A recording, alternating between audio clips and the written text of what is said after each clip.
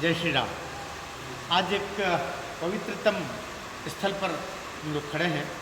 नासिक का वो स्थल जो हमारे लिए पौराणिकता, हमारे सनातन के साथ में विभिन्न घटनाएं और विभिन्न देवताओं का आगमन, प्रभु श्री राम के वनवास के दौरान यहाँ आगमन हुआ, माता सीता का यहाँ से हरण और बहुत सारी घटनाएं जुड़ी हुई हैं।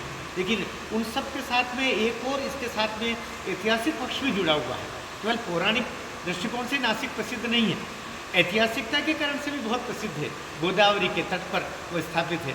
ये जहाँ पर अभी मैं खड़ा हूँ, दो विराट व्यक्तित्व हमारे पास में मेरे सामने अभी खड़े हैं। एक वो स्थान, ये मंदिर जो आपको दिखाई दे रहा है, ये लिखा हुआ श्री गोमय हनुमान श्री समर्थ रामदास स्वामी जी द्वारा स्थापित है। कहते हैं कि समर्थ रामदास जी महाराज विवाह मंडप से वो चल करके और विवाह मंडप छोड़ करके आए थे और यहाँ आकर के उन्होंने इस मूर्ति की स्थापना की थी। गौ माता के गोबर से ये स्थापित हुई और पूजित हुई और तब से ये निरंतर पूजित हो रहा है। बहुत प्रसिद्ध स्थल है। मैं हमारे यहाँ के जो व्यवस्थापक हैं वे अपना परिचय भी देंगे और इस मंदिर की पूरी पृष्ठभूमि और अब तक ये कहाँ पर है, वो दर्शन करने के लिए दर्शनालु जब पहुँचे तो कैसे वो यहाँ पहुँचेंगे, वो सबको लेकर थोड़ा सा बताएंगे। दत्तात्रेय जी मेरे सामने हैं, वे थोड़ा सा मराठी में चलेगा। हाँ, मराठी हिंदी दोनों, आप हिंदी बोल दीजिएगा। हिंदी नहीं, आप मराठी में बोल दीजिए, वो हिंदी कर लेंगे। ये मराठी में बोलते हैं, लेकिन मराठी भी हमारी माँ ही है, हिंदी भी हमारी माँ ही है। जो भी भाषा से भी माएँ होती है। और ये तो हिंदी पखवाड़ा चल रहा है, मैं तो हिंदी के कार्यक्रम में आया था, इसलिए हिंदी और मराठी के बिना हिंदी अधूरी हो जाएगी और हिंदी के बिना तो मराठी अधूरी है ही। इसलिए कोई भी भाषा हो, हमारी भारतीय भाषा है, मराठी भी हमारी माँ है, मौसी है, उस पर थोड़ा सा प्रकाश डालेंगे मराठी में, क्योंकि उनकी मातृभाषा मराठी है। दत्तात्रेय जी बोले। मेरा नाम दत्तात्रेय काशीनाथ जुन्नर है। मैं ये मंदिर में 12 साल से व्यवस्थापक का काम करता हूँ। ये रामदास स्वामी जब इधर नासिक में आए तो गोदावरी और नंदिनी नदी इधर नज़दीक है, इधर संगम है। वो संगम में उसने पुनश्चरण किया। सुबह से 12 तक तप करते थे।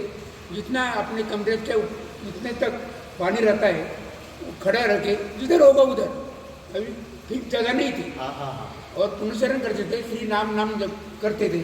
बाद में वहाँ से निकल के रामकुंड जाते थे, उधर जाके भिक्षा मांगते थे यानी माधुरी मांगते थे, और वो लेके उधर सहपाक बनाते थे और पशु पक्षियों को खाना देते थे। बाद में राम राय को नैवेद्य दिखाते थे, बाद में इधर आते थे। ये उसका दिनचर्या था।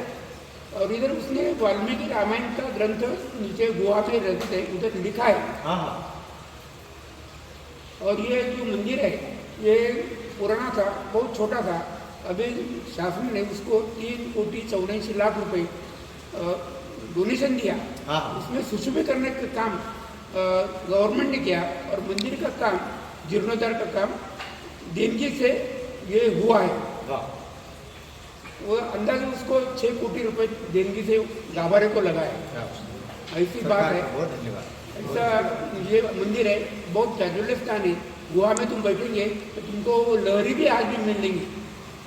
जो उधर ध्यान धारणा करते थे वो लहर आएगी, लहरें आती है, तो समझ में आता है। हम आए ना, जैसे आए तो ऐसा लगता है कि किसी स्थान पर तपस्या पर हम, ऐसा लगता है जैसे हिमालय की गुफा में जहाँ ऋषि मुनियों ने तपस्या की होगी, ऐसी अनुभूति हमको यहाँ पर हुई। मैंने मेरे मित्र राकेश यादव जी को भी बोला, मैंने कहा राकेश जी यहाँ आते कितना अजीब अनुभव हो रहा है, ऐसा लगता है कि हम किसी और ही दुनिया में आ गए हैं। और ये जाजुल स्थान है, जाजल्य स्थान। हमारे बीच में हमारे राष्ट्रीय कवि संघ के हमारे पदाधिकारी भी और साथ में मेरे बड़े भाई श्री मिश्रा जी भी यहाँ पर हैं। मिश्रा जी थोड़ी सी और साहित्यिक पृष्ठभूमि इसके साथ में क्या है, और हनुमान जी महाराज की सेवा में थोड़ी सी पृष्ठभूमि बता देंगे आप, तो हिंदी में तो और ठीक से हो जाएगा। जैसे हमारे श्रद्धेय ने बहुत अच्छा सा बताया, आप थोड़ा सा बता दें। रामदास जी के बारे में जो मैंने थोड़ा बहुत पढ़ा है, रामदास जी बचपन में इनका वैराग्य की भावना उनके अंदर थी, लेकिन माता के दबाव में विवाह को किसी तरीके से तैयार हुए, विवाह मंडप पे गए। और यहाँ पे एक परंपरा है महाराष्ट्र में कि जब शादी होती है तो ब्राह्मण सावधान कई बार बोलता है। हर जगह तो बोलते जब उन्होंने नहीं, हमारी तरफ उत्तर भारत में नहीं बोलते हैं। अच्छा अच्छा यहाँ अच्छा बोलते हैं। अच्छा अच्छा तो जब उन्होंने वो सावधान सावधान के कान में शब्द पढ़ते थे तो वो अलर्ट हो गए और अपने को एकदम सावधानी कर लिया। ऐसा कहिए विवाह मंडप से भाग करके यहाँ, ये पहले टाकली गांव, छोटा सा गांव होता था, प्राय उपेक्षित, टाकली गांव प्राय उपेक्षित रहता था। तो यहाँ पे आए और 12 वर्ष की लंबी उन्होंने तपस्या की, ब्रह्मचर्य का पालन किया। और जो विशेष, अगर आप स्वामी रामदास का नाम लेते हैं तो यहाँ पे बहुत सारे, कोई तो 8 बोलता है, कोई 108 बोलता है, और महाराष्ट्र में जहाँ जिसका पता नहीं लगता लोग ये बोलते हैं कि ये हनुमान जी का मंदिर रामदास जी ने बनवाया। और जो विशेष रूप से साहित्यिक दृष्टि से महत्वपूर्ण है कि उनके हनुमान जी मारुति जो हैं वो राम भक्त हनुमान नहीं है। ये बहुत महत्वपूर्ण है। स्वामी समर्थ रामदास जी ने जितने भी हनुमान के मंदिर बनाए हैं कोई भी राम भक्त हनुमान नहीं है, वो दुष्ट दलन हनुमान है। दुष्ट दलन हनुमान की उन्होंने प्रतिष्ठा की है, राम भक्त हनुमान की नहीं की। और जो बहुत उल्लेखनीय है, बहुत महत्वपूर्ण है, वो इनके सामने जो गांव के बच्चे होते थे छोटे, सबको बुलाते थे, सबसे प्रतिज्ञा लेते थे कि तुम ब्रह्मचर्य का पालन करोगे, और उनमें मल्ल युद्ध करवाते थे, कुश्ती लड़ते थे। और चूंकि इनके सामने प्रतिज्ञा की है रामदास जी, सारे बच्चे गांव के स्वामी रामदास जी नेतृत्व करते थे, गांव के बच्चों को बुलाते थे, इनके सामने शपथ दिलाते थे। चूंकि हनुमान जी के सामने शपथ ली है तो आदमी अपनी प्रतिज्ञा तोड़ने से डरता था, एक भय था, आध्यात्मिक भय था, सामाजिक भय था। और उसके अंदर भी तक हनुमान जी के सामने बोला कि मुझे चरित्रवान होना है। तो चरित्र निर्माण स्वामी रामदास जी ने इस तरीके से किया। क्या बात, क्या बात। तो ये, और उन्होंने जो कुछ लिखा है, हालांकि उन्होंने मराठी में लिखा, लेकिन इतना सुंदर लिखा है।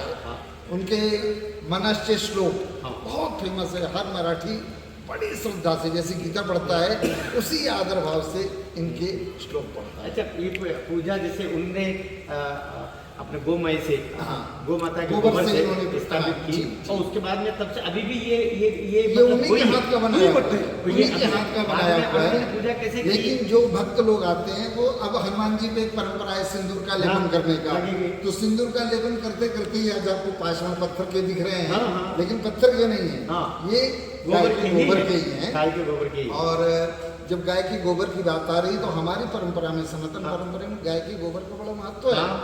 और बहुत से लोग नहीं जानते, बहुत से लोग जो तथाकथित आ जाते हैं मैं आपके नॉलेज में लाना चाहता हूँ, सबके नॉलेज में लाना चाहता हूँ कि अमेरिका ने गोबर का पेटेंट ले लिया है और भारत पीछे रह गया।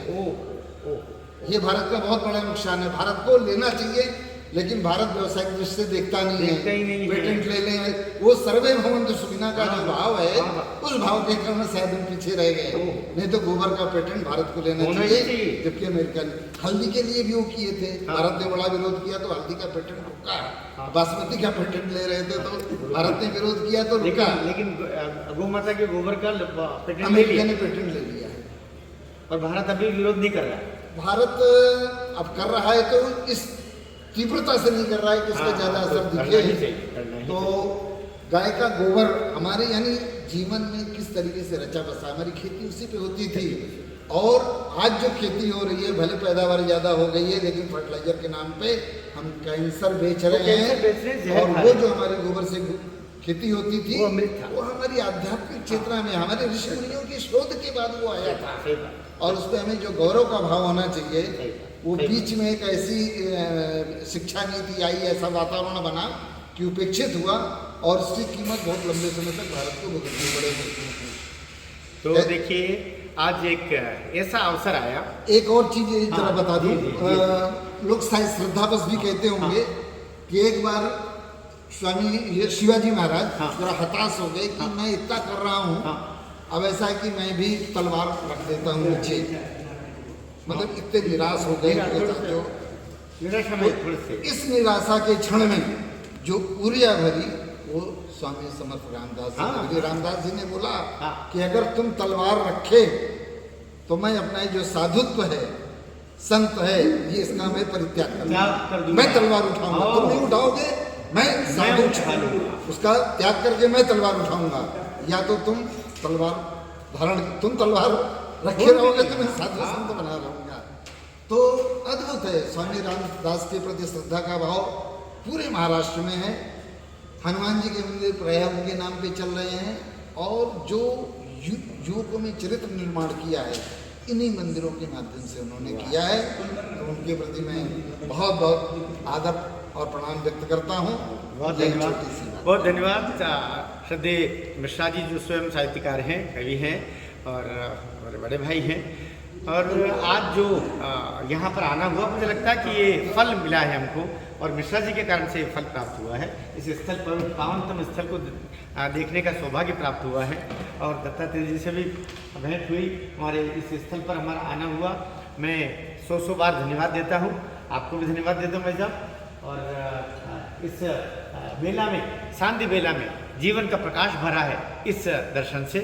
आपको भी ये दर्शन, मैं सोचता हूँ कि आप सौभाग्यशाली हैं, जितने भी बंधु इसको देखेंगे वे भी सौभाग्यशाली हैं कि उनको ऐसे स्थल का, जहाँ स्वामी समर्थ रामदास जी ने स्वयं जिस मूर्ति की स्थापना की है, और वो आज तक लगभग 400 वर्ष पहले स्थापित हुआ होगा, वो आज भी है। और महाराष्ट्र सरकार को बहुत बहुत धन्यवाद कि उन्होंने अभी मंदिर के रूप में व्यवस्थित रूप से यहाँ पर हम उसको दर्शन कर पा रहे हैं।